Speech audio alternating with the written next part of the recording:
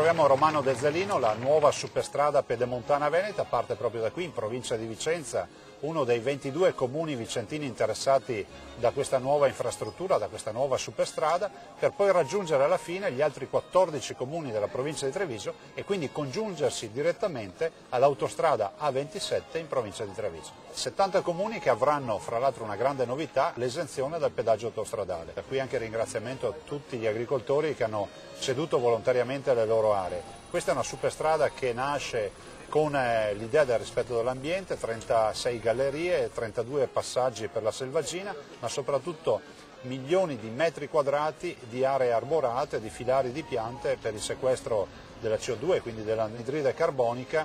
In 5 anni verranno realizzate opere per 2 miliardi 130 milioni e dopodiché visitare ancora nel migliore dei modi il nostro Veneto. L'apertura di questa superstrada sarà una vera e propria esplosione per tutti i nostri prodotti tipici. Mi vengono in mente i prodotti lattiero-caseario, tutti i formaggi tipici che si producono in Malga, piuttosto che i vini. Noi siamo nella regione più produttiva d'Italia con 25 DOC e 3 di OCG dei vini.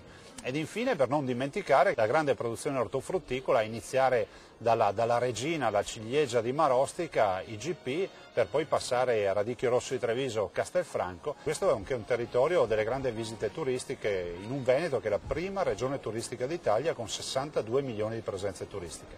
Quindi non soltanto un futuro, non soltanto asfalto, ma un grande percorso enogastronomico. Questa può essere a pieno titolo, potrebbe diventare a pieno titolo la superstrada dell'enogastronomia veneta.